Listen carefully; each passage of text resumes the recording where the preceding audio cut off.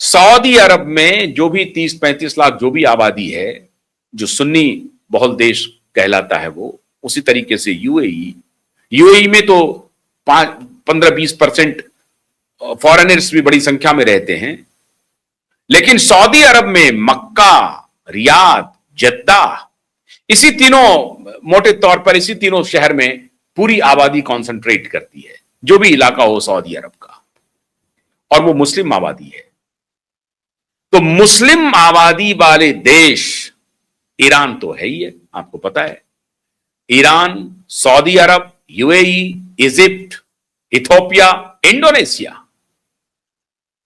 along with Brazil, China, south Africa में भी मुस्लिम आबादी है बहुत अच्छी खासी संख्या में।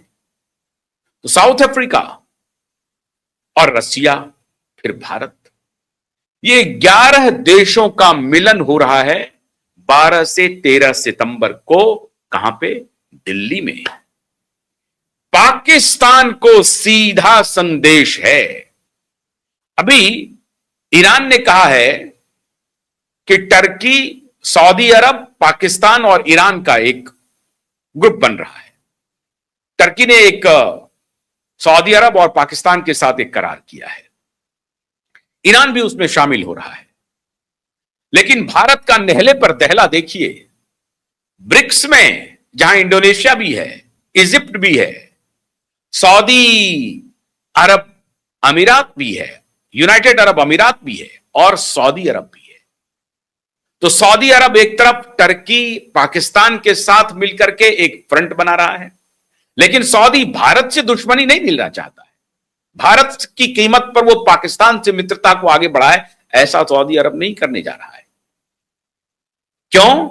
क्योंकि सऊदी का भारत बहुत बड़ा बाजार है, और भारत का न सिर्फ ट्रेड डील एक अच्छा खासा सऊदी अरब के साथ चलता है, बल्कि भारत का बहुत अधिक निवेश का भी प्लानिंग चल रहा है। सऊदी अरब का भारत में, और भारत भी कई मामलों में सऊदी अरब में। तो आपसी निवेश का भी संबंध बढ़ने वाला है। अभी आपने देखा होगा कि कुछ दिन प्रधानमंत्री की यात्रा हुई थी, जिसमें यूनाइटेड अरब अमीरात गए थे, सऊदी अरब गए थे प्रधानमंत्री। और अब ये जो टाइमिंग है मित्रों, ये मास्टर स्ट्रोक है मोदी का। और इसीलिए मैंने आपको कहा था कि कुछ पॉलिसी डिसीजंस हो सकते हैं, और भारत में जो दिमागी नक्सल का खेल चल रहा था आजम काजम का, कि मुस्लिम विरोधी ताना बाना बुनते रहो और मोदी को मुस्लिम विरोध का एक बड़ा आइकॉन बनाते हो। हालांकि पॉलिटिकल बोनांजा है उनके लिए, ये बात उनके हक में ही जाता है।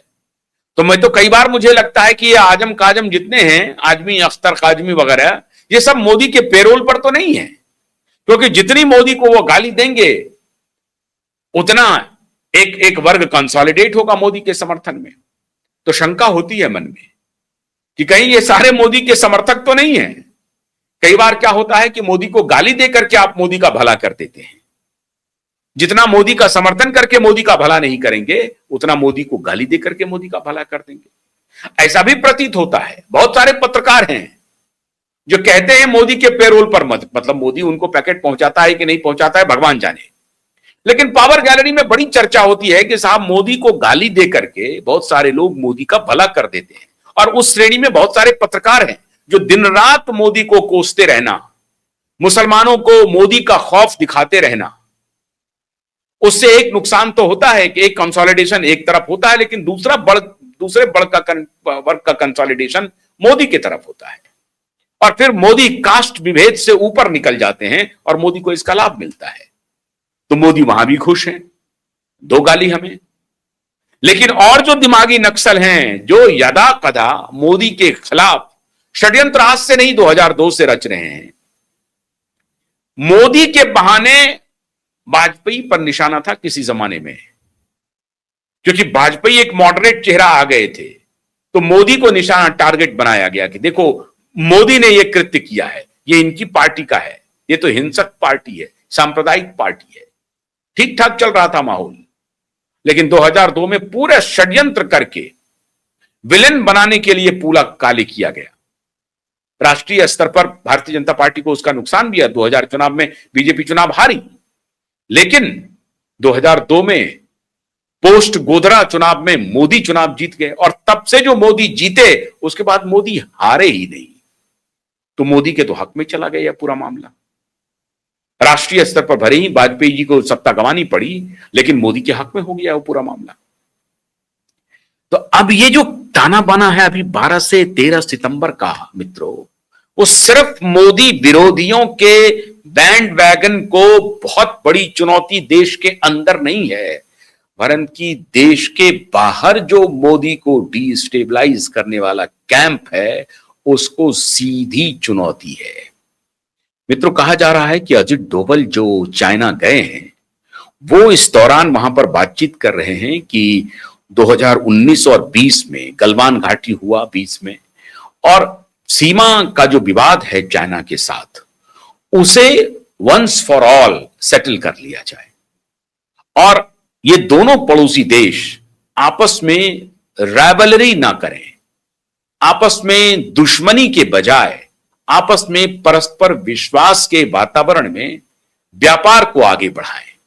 तो दोनों देश में एक प्रकार से एम्प्लॉयमेंट जनरेशन हो सकता है और इनकम जनरेशन हो सकता है। दोनों देश समृद्धि के रास्ते पर बढ़ सकते हैं। मोदी की कोशिश है, अपने जो दूत को उन्होंने भेजा है, उनकी कोशिश है कि वो दूत चाइना को यह विश्वास दिलाए कि भारत आपसे युद्ध के क्षेत्र में प्रतिस्पर्धी नहीं है, आर्थिक क्षेत्र में आपकी प्रतिस्पर्धा में आना चाहिए भारत को, और यह आपके भी हक में होगा। हमारे और आप दोनों मिलकर के अगर साझेदारी के साथ बढ़ेंगे, एक प्रतिस्पर्धी ना होकर के स्वस्थ प्रतिस्पर्धी बने।